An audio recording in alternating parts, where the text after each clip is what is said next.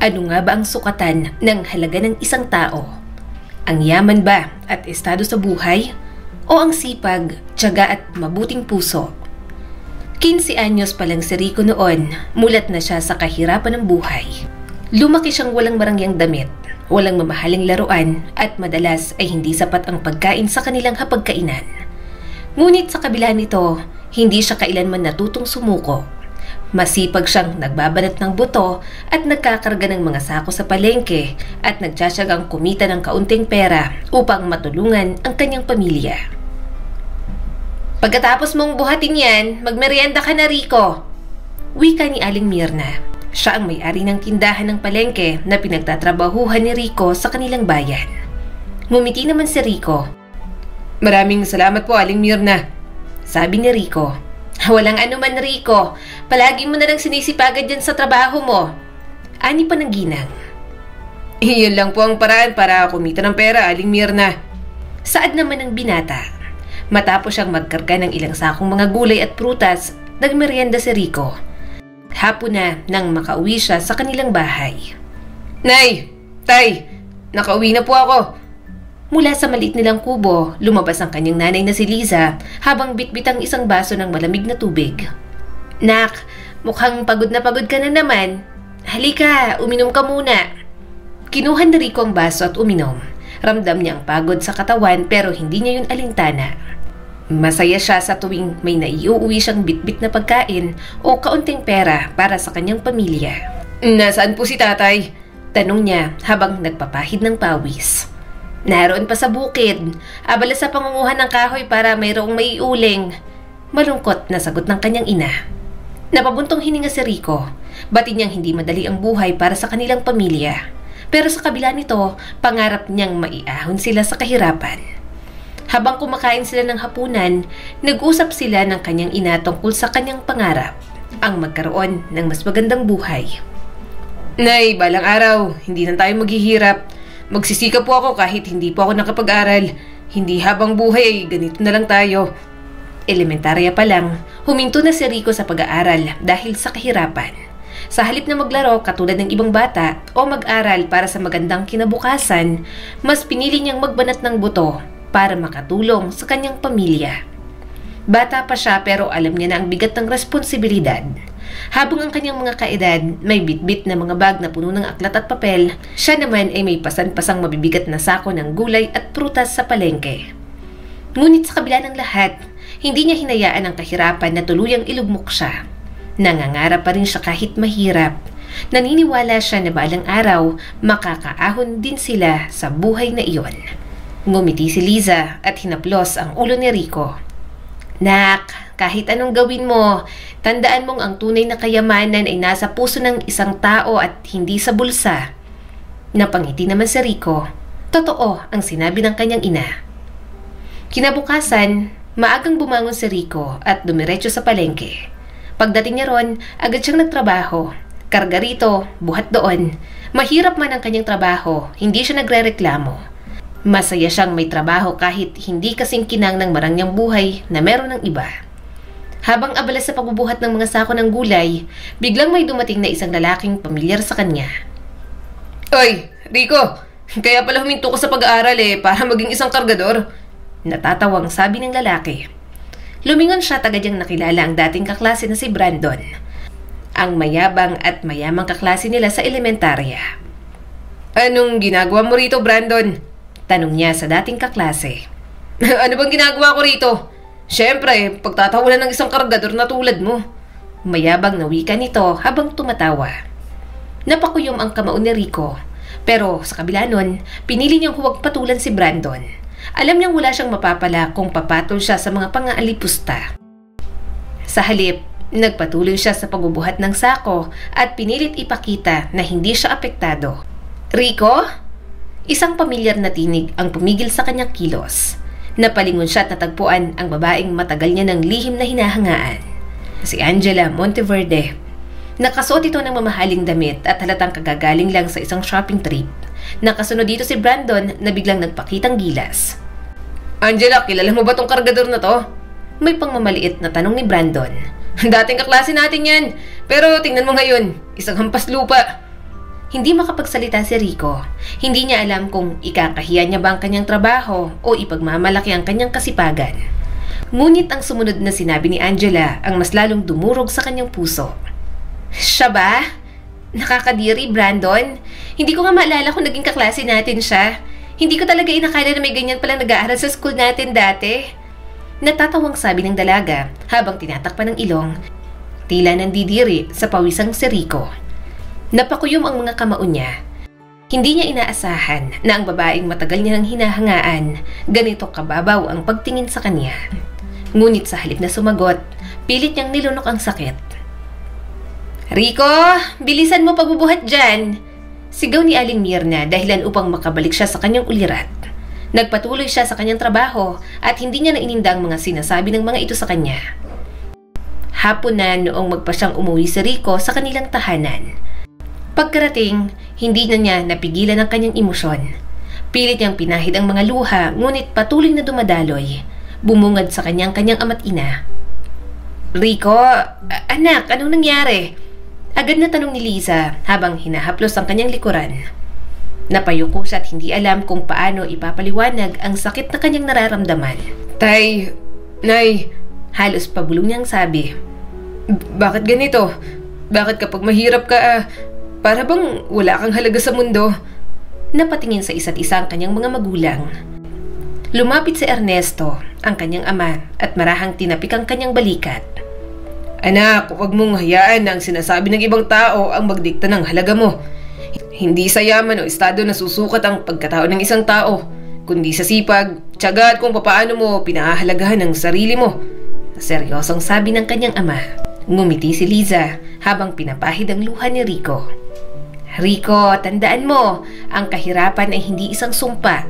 Isa itong pagsubok na ibinigay sa atin ng Diyos. Ang mahalaga ay hindi ka sumusuko. Bagamat ramdam niya pa rin ang sakit sa kanyang dibdib, unti-unti niyang naramdaman ang lakas mula sa kanyang pamilya. Tama ang mga ito, hindi siya dapat magpatalo sa masasakit na salita ng ibang tao. Ngunit araw-araw, tila isang pagsubok para kay Rico at sa kanyang pamilya.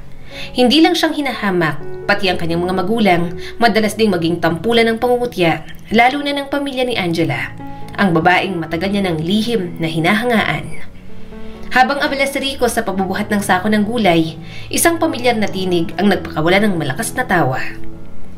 Oh mga pare, tingnan niyo naman to. Si Rico, ang batang kargador na nangangarap yata ng kung ano. Kala mo naman may mararating. Malakas ang boses na sabi ni Brandon. Brandon, seryoso ka?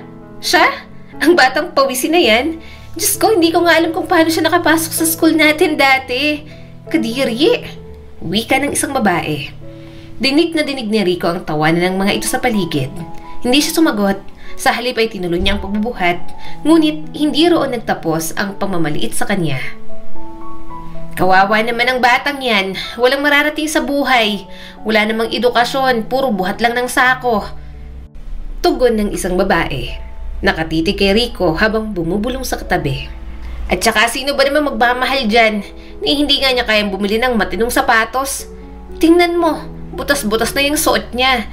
Sagot naman ng katabi nito. Narinig yun ni Rico, ngunit hindi niya ipinahalata na nasasaktan siya. Sanay na siya sa mga ganoong salita, pero ang sunod niyang narinig, mas masakit pa. Minsan, habang naglalakad siya pa uwi, nadaraanan niyang malaking bahay ng pamilya Monteverde, ang pamilya ni Angela. Hindi niya intensyong makinig, ngunit mula sa tarangkahan, rinig na rinig niya ang usapan sa loob. Narinig mo ba, Benji? May chismis na may gusto raw kay Angela yung hampas lupang kargador sa palengke. Wika ng isang matandang ginang. Diyos ko naman, ano bang nakuha ng batang yun para magkaroon ng kapal ng muka? Hindi niya ba alam ang lugar niya? Ang anak natin na si Angela. Tapos siya na isang dugyot na walang may pagmamalaki. Tugon ng matandang lalaki na si Benji Monteverde. Ma'am, Dad, nakakahiya naman yan. Sa dinami-rami ng lalaki sa mundo, siya pa? Hindi nga ako lalapit dyan kahit bayaran pa ako. Isang hapon, habang naglalakad si Rico pauwi mula sa palengke, hindi niya sinasadyang muling mapadaan ulit sa malaking bahay ng mga Monteverde. Saglit siyang huminto at pinagmasdan ang napakataas na gate at ang magarang bakuran sa loob. Noon pa man, pinangarap niyang mapansin ang dalaga. Ngunit paano nga ba siya mapapansin nito kung ang agwat ng kanilang mundo ay kasing laki ng pagitan ng langit at lupa? Sa kabila ng kanyang pag-aalinlangan, pinagsikapan niyang palakasin ang loob.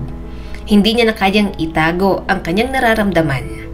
Huminga siya ng malalim bago lumapit sa isang gwardya. Sir, maaari po bang makausap si Angela? Tiningnan siya ng gwardya mula ulo hanggang paa. Ikaw? Sino ka ba? Matigas na tanong ng gwardya. Isa lang po akong kakilala mula sa paaralan nun. May mahalaga po akong gustong sabihin sa kanya. Sagot naman ni Rico. Hindi pa rin kumbinsido ang guard, ngunit bago pa ito makasagot, isang boses ang pumigil sa kanya. Anong kaguluhan dyan? Napalingon si Rico at nakita niya si Angela na nakasuot ng isang napakagarang damit. Kitang-kita sa mukha nito ang pagkadismaya nang mapagtantong siya ang nasa labas ng mansyon nito. Ikaw na naman? Malamig na tanong ni Angela. Angela, may gusto akong sabihin sa'yo. Diretsyong sabi ni Rico. Napataas ang kilay ng dalaga. At ano naman yon? Huminga ng malalim si Rico at tiningnan ito sa mga mata. Matagal na kitang gusto, Angela. Kahit mga bata pa lang tayo, hinahangaan na kita. Hindi lang dahil maganda ka, kundi dahil inakala kong mabuti kang tao. Alam ko magkaiba tayo ng mundo pero hindi ko kayang itago to habang buhay. Mahabang litanya ni Rico. Saglit na natahimik si Angela na tila hindi ito makapaniwala sa narinig. Ngunit ilang sandali pa, bigla itong tumawa. Isang mapanuyang halakhak na tila isang matalim na patalim na tumatarak sa puso ni Rico. Ikaw? May gusto sa akin? Ani Angela habang pinipigilan ng pagtawa. Huwag mo akong patawatin, Rico. Akala mo ba may pag-asang isang kargador na tulad mo sa isang Monteverde? Namuo ang sakit sa dibdib ni Rico, ngunit hindi niya pinahalata. Alam niya na ang sagot pero umaasa pa rin siyang kahit papaano hindi ganito ang magiging reaksyon ni Angela. Tama na to, Rico. Hindi tayo talo. Huwag ka nang umasang mapapansin kita dahil kahit kailan hindi kita magugustuhan. Dagdag pa ni Angela. At sa huling pagkakataon, tinitigan siya ni Angela bago lumingon at tuluyang pumasok sa loob ng mansyon. Iniwan siyang nakatayo sa harap ng tarangkahan, bit-bit ang bigat ng sakit at pangaalipusta. Habang naglalakad siya papalayo, isang pangako ang umusbong sa kanyang puso. Balang araw, hindi na nila ako hahamakin. Balang araw, pagsisisihan yung mga salitang binitiwan niya ngayon. Matapos ang mapait na pagtanggi at pangaalipusta ni Angela, tila nagkaroon ng bagong apoy sa puso ni Rico. Imbes na panghinaan ng loob ay lalo niyang pinagtibay ang pangarap niyang makaahon sa kahirapan. Hindi habang buhay akong hahamakin ng mga kagaya nilang elitista. Pangako niya sa sarili habang mahigpit na nakakuyom ang kanyang mga kamao. Luhaan na umuwi si Rico sa kanilang tahanan. Habang tahimik na kumakain si Rico at ang kanyang pamilya, biglang may kumatok ng malakas sa kanilang pintuan. Halos mabitiwan ni Liza ang kutsara sa lakas ng katok. Nagtinginan silang tatlo bago dahan-dahang tumayo si Mang Ernesto upang buksan ang pinto. Sa pagbukas nito ay bumungad ang isang lalaking nakabarong. May edad na at may kasamang dalawang lalaking nakasuot ng itim. Halatang mga tauhan ng mayayaman. Magandang gabi sa inyo, Mang Ernesto. Wika nito sa malamig na tinig at nakataas ang isang kilay. Anong kailangan niyo sa amin? Tanong ni Mang Ernesto. Lumapit si Rico sa kanyang ama at mababakas ang kaba sa kanyang dibdib. Alam niya kung sino ang taong iyon. Si Gregorio, isa sa mga pinagkakatiwalaang tauhan ng pamilya Monteverde. Pasensya na, pero hindi na namin patatagalin pa. Ipinadala ko rito ni Sir Benji Monteverde upang makapag-usap sa inyo tungkol sa inyong lupain. Napakunot ang noo ni Liza. Anong ibig niyong sabihin? Narito ang pera bilang kabayaran sa malit ninyong lupain. May plano ang pamilya Monteverde na magtayo ng isang malaking gusali sa lugar nito. Kaya kailangan na kayong umalis sa lalong madaling panahon. Wika ng lalaki. Namilog ang mga mata ni Rico. Anong ibig niyong sabihin? Hindi namin ibinibenta ang lupa namin. Magsasalita pa sana si Liza, ngunit agad siyang pinutol ni Gregorio. Huwag na kayong magmatigas. Ang lote niyo ay nakapaloob sa lupaing gustong bilhin ni Don Monteverde. Handa kaming bayaran nito ng doble sa tunay na halaga. Lalo pang lumamig ang pakiramdam ni Rico. Alam niyang kapag nawala sa kanila ang lupa ay wala na silang matitirahan. Hindi kayo maaaring magdesisyon para sa amin, Sir Gregorio. Hindi namin ipinagbibili itong lupa namin. Matigas na wika ni Rico. Napangisi ang matanda. Huwag na kayong magpanggap. Alam naming mahirap kayo. Hindi ba mas mabuti nang may pera kaysa manatili dito? Nabitiwan ni Rico ang kutsara. Hindi lahat ng bagay ay nabibili ng pera. Humalakhak si Gregorio. Napakabata mo pa para maintindihan ang mundong to, Rico. Sa mundong ginagalawa natin, kung wala kang pera, wala kang halaga. Uminit ang dugo ni Rico, ngunit bago siya makapagsalita, inilhad ni Gregorio ang huling babala. Bibigyan namin kayo ng 1 linggo para umalis. Kung hindi ay kami mismo ang gagawa ng paraan para mapaalis kayo. Huling sambit nito bago tuluyang umalis. Makikita ang bigat sa dibdib ng pamilya ni Rico. Anong gagawin natin ay, Tay? Tanong ni Rico sa mga ito. Alam kong hindi titigil ang mga Monteverde hanggat hindi nakukuha ang lupa natin. Natatakot na sabi ni Liza. Makaraan ng 1 linggo, muling bumalik ang tauhan ng mga Monteverde. Nagpasya na ba kayo, Ernesto? Malamig pa rin ang boses ni Gregorio habang pinagmamasdan ang maliit at lumang bahay ng pamilya ni Rico. Tahimik si Mang Ernesto. Nakayuko lang siya habang hawak-hawak ang lumang titulo ng lupa na ilang dekada nang iniingatan ng kanilang pamilya. Si Liza naman nasa gilid lang at tahimik na umiiyak habang si Rico nakakuyom ang kamao sa galit at panghihinayang. Wala silang nagawa. Sa buong linggo ay ilang ulit silang tinakot, pinadalhan ng mga abogado at pinakitaan ng mga dokumentong tila nagpapatunay na maaari silang paalisin kahit labag sa loob nila. Isa pa, hindi nila kayang labanan ang kapangyarihan at impluwensya ng mga Monteverde. Ibenta man nila o hindi, alam nilang kukunin pa rin iyon sa kanila. Papirmahan mo na lang, Rico. Wala na tayong magagawa. Mahina at halos hindi marinig ang tinig ni Mang Ernesto. Napakagatlabi si Rico. Nanginginig ang kanyang mga kamay habang pinipirmahan ang dokumento. Habang sinusulat niya ang kanyang pangalan, pakiramdam niya ay unti-unting binabaklas ang kanyang pagkatao. Sa araw ring iyon, iniabot ni Gregorio ang sobra ng pera na para bang sapat ang halagang iyon upang tapatan ang alaala at pinaghirapan ng pamilya nila. Magaling! Mabuti naman ginawa niyo ang tamang desisyon. Nakangising wika ni Gregorio bago tumalikod at sumakay sa mamahaling sasakyan. Saan na tayo nito pupunta? Naluluhang tanong ni Rico. Naibenta ng lupa na ipinamana pa sa akin. Malungkot na tugon ni Mang Ernesto. Subukan nating manuluyan muna sa pamilya ko, Ernesto. Suhestyon naman ng asawa nitong si Liza. Pero Liza, hindi ba't ayaw sa akin ang kapatid mo? Nag-aalangan na tugon ni Ernesto.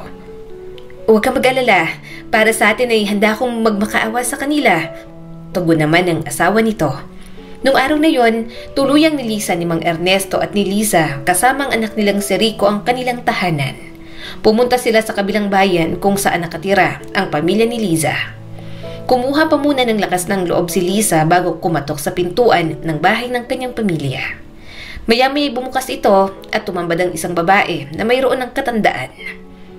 Liza, anong ginagawa niyo rito? Gulat na tanong nito. Pwede bang dito na muna kami, ate? Wala na kaming ibang mapupuntahan. Garalgal ang tinig na sabi ni Liza. Akala ko ba, ayaw mo nang tumira rito? Akala ko ba, kaya mong bumuo ng sarili mong pamilya kasama yang si Ernesto? Ngayon, babalik ka rito. Wala na kayong ibang mapuntahan? Sagot ng nakatatandang kapatid ni Liza na si Belen. Nagbaba ng tingin si Liza. Hindi siya sumagot. Alam niyang may karapatan ang kanyang kapatid na sumbatan siya ng ganoon. Sinabi ko na noon pa na walang mararating ang buhay niyo kung yan ang pinili mo. Ni hindi mo man lang pinili si Tomas, yung may sariling lupa, marunong sa buhay. Pero hindi, mas pinili mong sumama sa lalaking wala namang maipagmamalaki. Napatungo si Ernesto na tila walang mukhang maiharap. Hindi ko pinagsisisihan ang pagpili ko kay Ernesto, pero ngayon ang kailangan ko'y kaunting awa, hindi para sa amin, kundi para sa anak naming si Rico. Matagal ang katahimikan. Sa likod ni Manang Belen ay unti-unting sumilip ang kanilang inang si Lola Pasing na ngayon ay matanda na. Belen, papasukin mo sila. Ang bahay na ito ay para sa pamilya. Kung sila'y nangangailangan, hindi natin sila pagsasarhan ng pintuan. Mahina nitong sabi. Walang nagawa si Belen at sinunod ang sinabi ni Lola Pasing. Tahimik naman na pumasok si Liza at Ernesto kasama si Rico. Huwag po kayong mag-alala, Ate Belen. Nanay, magbabayad po kami kung kinakailangan. Wika pa ni Liza. Huwag po kayong mag-alala, Nay. Tay, magsusumika po ako simula ngayon. Sabi naman ni Rico. Aba, anong mararating ng pagsusumikap mo, Rico? Elementarya pala ngay huminto ka na. Sabat naman ni Belen. Hindi nakapagsalita si Rico sa sinabi ng kanyang tiyahin. Ngunit alam niya sa kanyang sarili na mayroon siyang tiyaga at kaya niyang magtiis hanggang sa dumating ang araw na makakamit niyang tagumpay. Napagpasyahan ni Liza at Ernesto na mamuhunan sa pagbebenta sa palengke gamit ang maliit na perang nakuha sa bahay at lupa na kanilang ipinagbenta. Mula ngayon, handa akong maging kargador sa sarili nating negosyo. Nakangiting wika ni Rico. Huwag mong pagurin ang sarili mo, Rico. Kung pagod kay magpahinga ka rin. Paalala ni Liza. Opo, Nay. Nakangiting sagot naman ni Rico. Sa mga lumipas na araw ay maagang bumabangon si Rico at mas masigasig pang nagtrabaho sa palengke. Hindi niya na iniinda ang pagod at sakit ng katawan. Halika na, umuwi na tayo at madilim na, anak. Tura ni Mang Ernesto pagkatapos isarado ang tindahan. Pagkarating nila sa bahay mula sa palengke, tagaktak ang pawis ni Rico. May kaunting dumi pa sa mukha mula sa pagbubuhat ng sako ng mga gulay at prutas.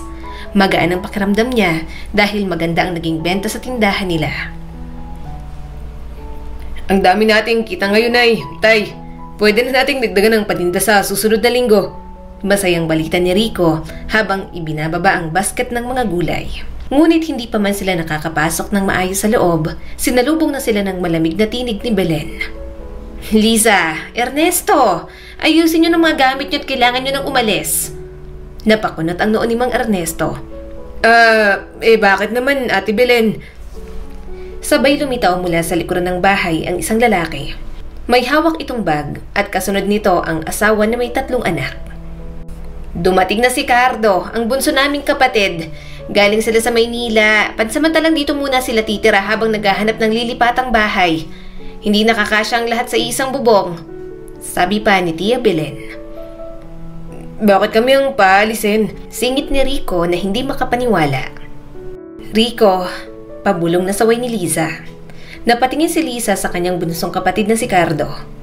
Cardo, dito kami nakatira ngayon. Wala na kaming ibang matutuluyan. Umiling naman si Cardo. Pasensya na, ate. Pamilya ko ang kasama ko, may mga bata. Hindi kami kasya kung may ibang tao rito. Wala na ba kaming karapatang manatili kahit ilang linggo pa? Nagmamakaawang tanong ni Liza kay Belen. Liza, nung pinili mong sumama kay Ernesto, hindi mo kami inisip. Ngayong wala na kayong matitirhan, kami pang inaasahan mo? Hindi pwedeng ganon, sabi pa ni Belen. Alam mo, Ate Belen, nasanay na akong palagi ako ang pinipili mong iisang tabi. Hindi ko na mabilang kung ilang beses mo akong ipinagpalit sa kapatid nating si Cardo.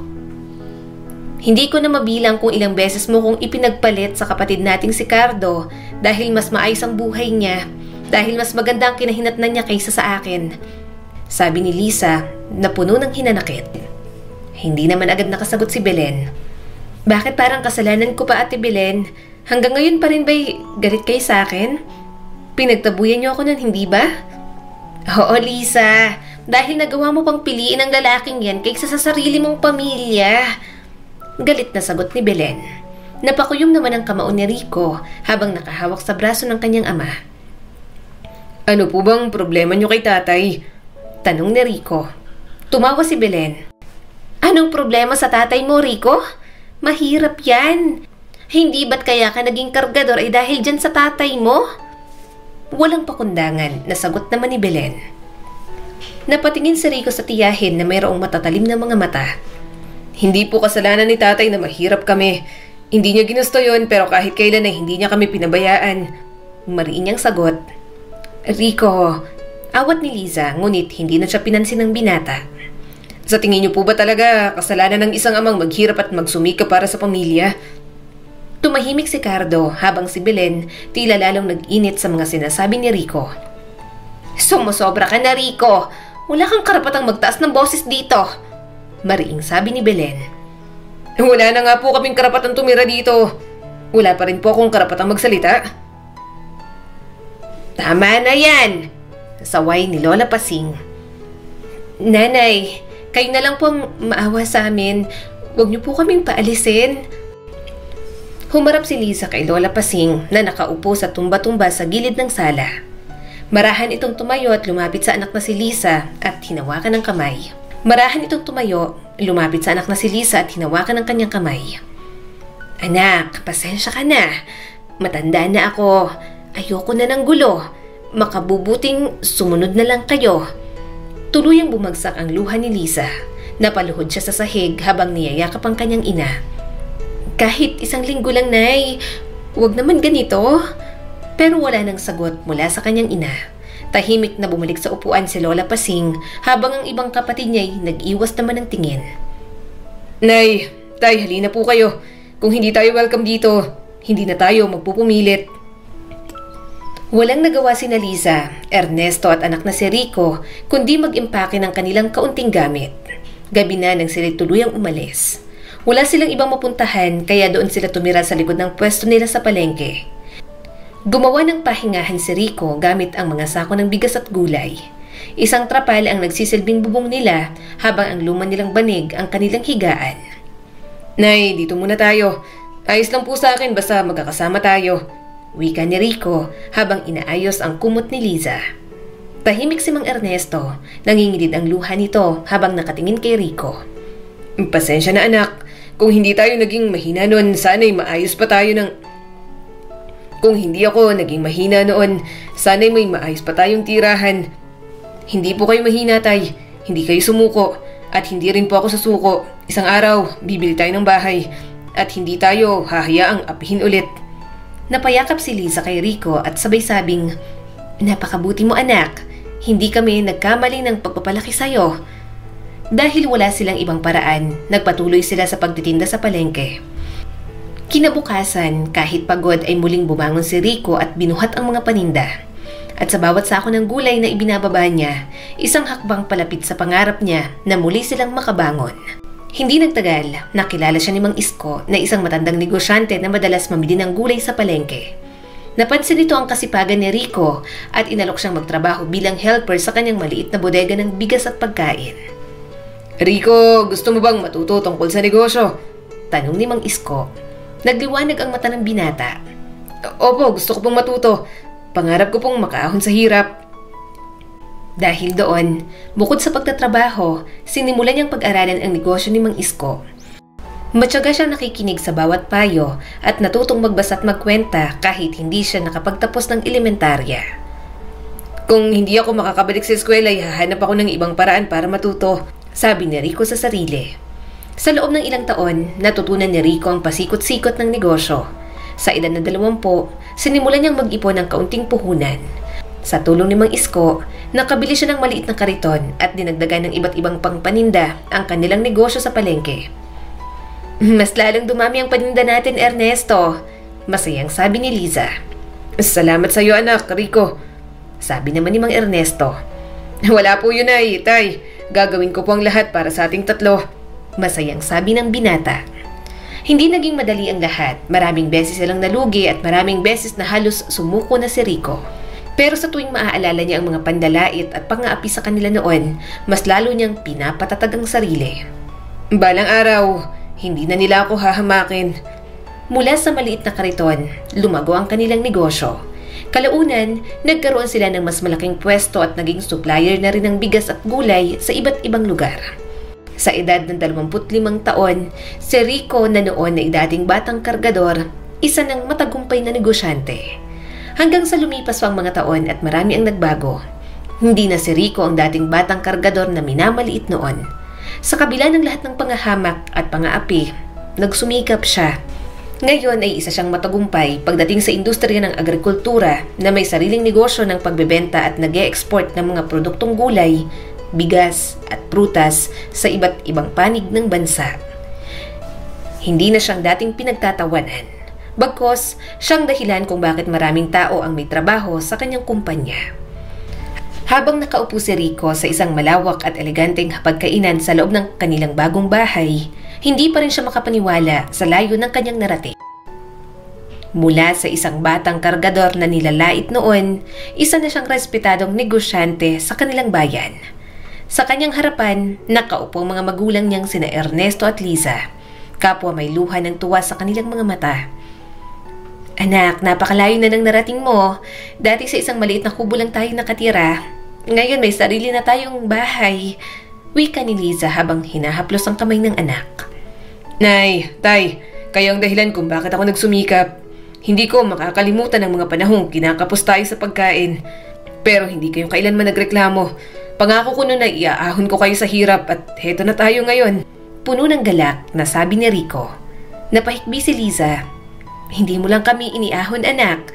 Pinakita mo rin sa lahat ang tunay na halaga ng tao ay hindi nasusukat sa yaman, kundi sa sipag, tiyaga at mabuting puso.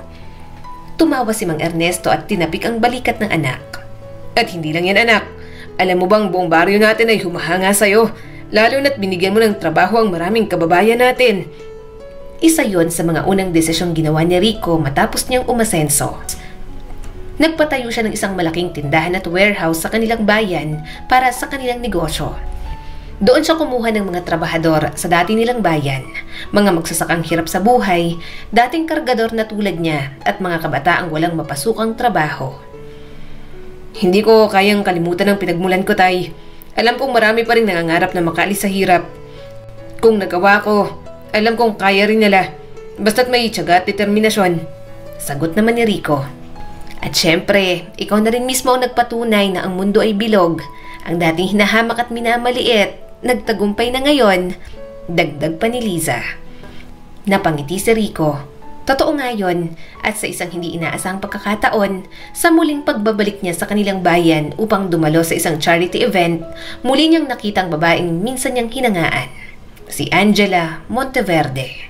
Sa isang engranding ballroom ng sikat na hotel, ginanap ang charity event na dinaluhan ni Rico. Ang dating batang kargador na minsang minaliit, ngayon ay kabilang na sa mga VIP guests. Suot ang isang mamahaling itim na suit ay nakatayo siya sa gilid ng venue habang kausap ang ilan sa kanyang mga business partners. Mula sa malayo, isang pamilyar na boses ang umagaw sa kanyang pansin. Angela, narinig mo bang tungkol kay Rico Santiago? Bulong ng isang babae sa kausap nito. Napataas ang kilay ng babae at humarap sa nagtanong. Rico Santiago? Sino yon? Tanong nito na tila hindi interesado. Natawang isa pa nilang kasamang babae. Diyos ko, Angela, hindi mo ba alam? Kargador lang yun sa palengke. Ngayon, isa na siyang big time na negosyante. Napakayaman niya. Natigilan si Angela Monteverde. Noon, hindi niya man lang binigyang pansin si Rico, ngunit ngayon, bigla siyang nakaramdam ng interes. Hwe, hindi nga. Aba, totoo. Ang dating hampas lupa, ngayon may-ari na ng isang malaking kumpanya sa agrikultura. Parang hindi makapaniwala si Angela sa narinig. Noon ay hinamak at pinagtawanan lang nila si Rico, ngunit ngayon, ito na pala ang tinitingalan ng maraming tao. Sa puntong iyon, isang pamilyar na tinig ang narinig niya. Angela! Nanigas ang katawan niya nang marinig ang boses na yon. Dahan-dahan siyang napalingon at doon tumambad sa kanyang isang binatang matangkad, matikas at punong-puno ng kumpiyansa. Si Rico Santiago. Hindi na ito ang payat at pawisang batang kargador na minsan niyang inalipusta. Sa halip ay nasa harap niya ngayon ang isang lalaking may tindig. Nagkatitigan sila. Ramdam ni Angela ang pagkabog ng kanyang dibdib. Hindi siya makapaniwalang ang dating binabaliwala niya mas matagumpay na ngayon kaysa sa kanya. Kasabay nito ay lumapit si Brandon sa kanila. Hindi nagbago ang kayabangan nito, ngunit halata sa mukha ang pagkagulat nang makilala si Rico. Rico, mukhang nagbago ng buhay mo ah. Aba, hindi ko inakailang yayaman ka ng ganito. Pilit nang umisi si Brandon.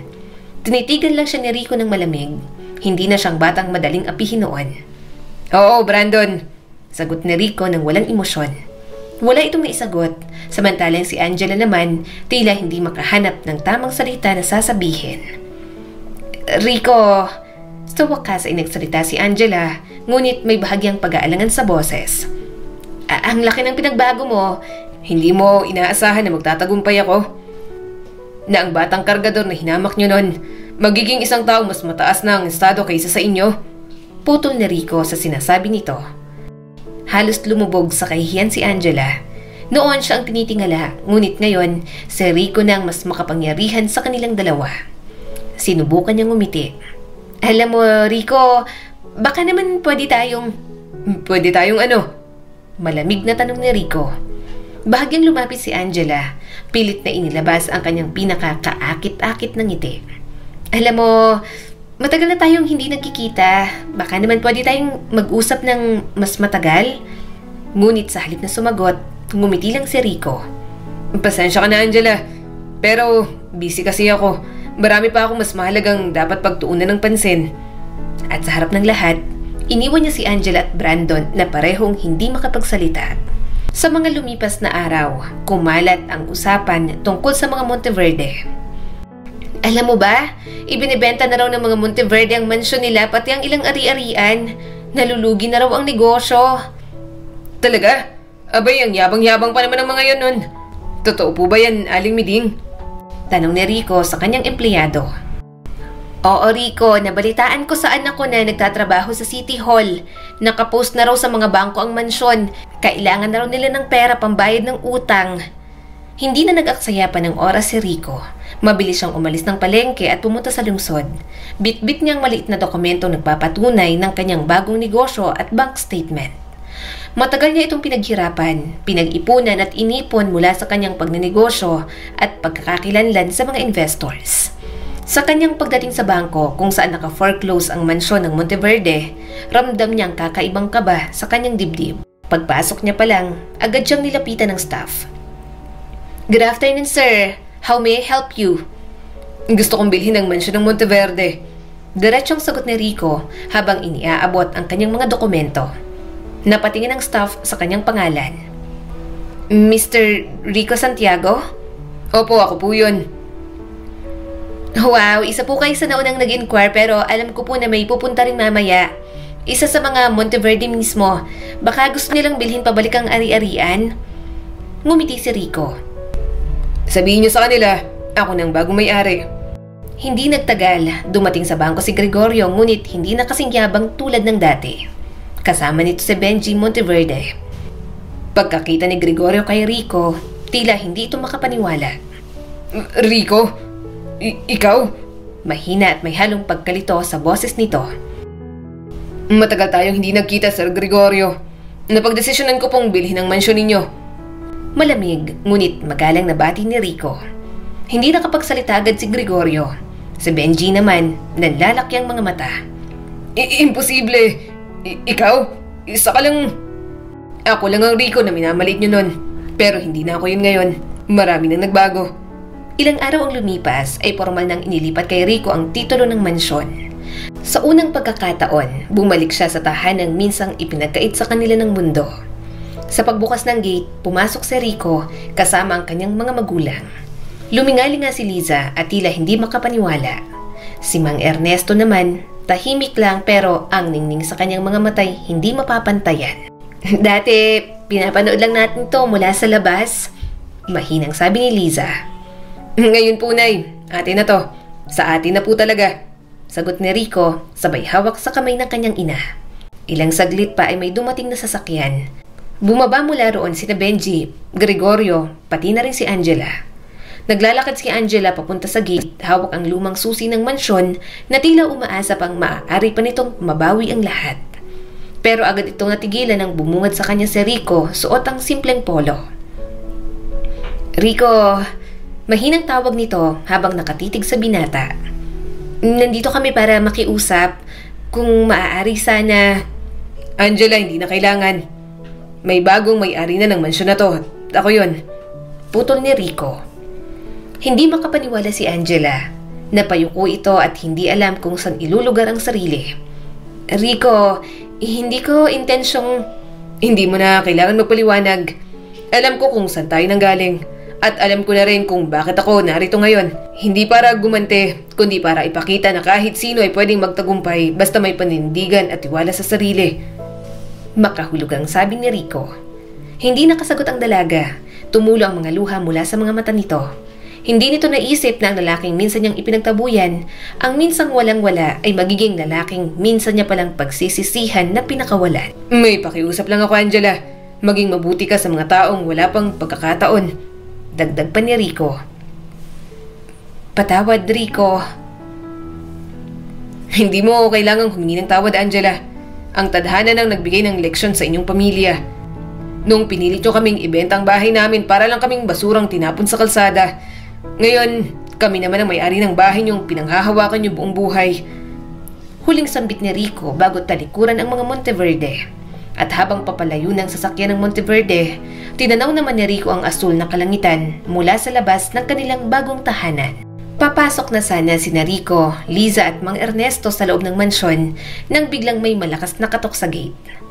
Kasabay noon ang pamilyar na tinig na narinig nila. Rico, Liza, Ernesto, tulungan niyo kami. Maawa kayo sa amin. Nagkatinginan silang tatlo at mabilis nilang tinungo ang gate. Pagbukas ng gate, tumambad sa kanila ang basang-basa na si Tia Belen at Lola Pasing. Anong nangyari sa inyo? Tanong ni Liza at lumapit sa kapatid at inang nanghihina na. Nademolish ng bahay namin sa kabilang bayan.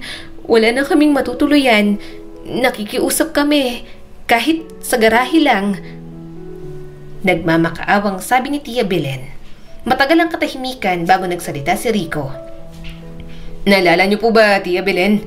Nung araw na halos palayasin niyo kami sa inyong bahay dahil dumating si Tito Cardo at hindi raw kami kasya. Na kami ang kailangang lumayas kahit wala naman kaming ibang mapupuntahan. Hindi makatingin si Belen sa kanya. Ngayon, kayo naman ang nasa labas. Kayo naman ang basang-basa. Kayo naman ang walang matutuluyan. Ang sakit, hindi ba? Rico, singit ni Liza at pilit na pinapakalmang anak. Ilang taon na rin mula nang pinalaya sila, tinanggihan at pinagsamihan ng kung ano-ano ng sariling pamilya. Hindi niya akalain na sa puntong ito ng buhay nila, muling magtatagpo ang kanilang landas pero sa magkabilang panig ng kapalaran. Nasaan na po si Cardo at ang pamilya niya? Tanong ni Liza at tinutukoy ang kanilang bunsong kapatid. Napailing naman si Belen. Masaya na ang buhay nila. Hindi man lang nila nagawang patuloyin kami sa kanilang bahay. Malungkot na sagot ni Belen. Naalala mo ba noon, Ate Belen? Nung wala kaming mapuntahan ay nagmakaawa ako sa inyo pero isinara mo ang pintuan para sa amin. Hindi agad nakasagot si Belen. Nakatungo lang ito habang nangingilid ang mga luha. Lisa, patawad. Hindi ko na maibabalik ang ginawa ko pero ngayon ay ako naman ang humihingi ng tulong. Tahimik na lumapit si Rico sa kanyang ina at mahinang bumulong. Nay, kayo na po ang bahala. Huminga ng malalim si Liza bago tumingin sa kanyang pamilya na minsan na rin silang pinagtabuyan. Hindi ko kayang matulog nang alam ko may pamilya akong giniginaw sa lansangan. Kaya pumasok kayo. Mahinang sambit ni Liza. Maraming salamat, Liza. Pasensya ka na. Ernesto at Rico, kung alam ko lang noon. Wala po yun, Tia Belen. Ang mahalaga ay ligtas kayo ngayon. Magalang na sabi ni Rico. Agad nilang pinatuloy ang mga ito sa loob. Ang dating mansyong pag-aari ng Monteverde, ngayon nagsisilbing tahanan ng mga taong minsang nagtaboy sa kanila. Napakabuting bata ka, Rico. Ikaw pa ang tumanggap sa amin kahit kami mismo ang nagtulak palayo sa inyo noon. Bulong naman ni Lola Pasing. Umiling si Rico at ngumiti. Lola, hindi ko po nakakalimutang pamilya rin namin kayo. Wala sa akin ang magtanim ng galit. Sa buhay ay mahalagang aral ang natutunan ni Rico na ang kahirapan ay hindi hadlang sa tagumpay at ang tunay na halaga ng isang tao ay wala sa kanyang panlabas na anyo o estado sa buhay kundi sa kanyang sipag, tiyaga at pagkakaroon ng mabuting puso. Ang mahirap noon, hindi man nakapagtapos ng pag-aaral dahil sa pagsusumikap ay nakahanap ng paraan upang matuto at umasenso. Hindi sukatan ng diploma kung determinado kang baguhin ang kapalaran mo. Malayo na ang kanilang narating mula sa dating kargador na minamaliit ng iba. Ngunit higit sa lahat ng tagumpay, natamo niya ang pagiging mapagkumbaba, tapat at mayroon pa ring pagmamalasakit sa kapwa. Dahil sa dulo ng lahat, hindi lang kayamanan o tagumpay ang tunay na kayamanan ng isang tao, kundi ang kanyang mabuting puso at ang inspirasyong na ibabahagi niya sa ibang tao. At sa kanyang puso, isang bagay lang ang sigurado. Kailanman, hindi hadlang ang kahirapan sa taong may pangarap, determinasyon at tiwala sa sarili. Muli, ito po si Skylar Guro at sana'y may bago na naman kayong natutunan sa kwento natin ngayon. Maraming salamat po.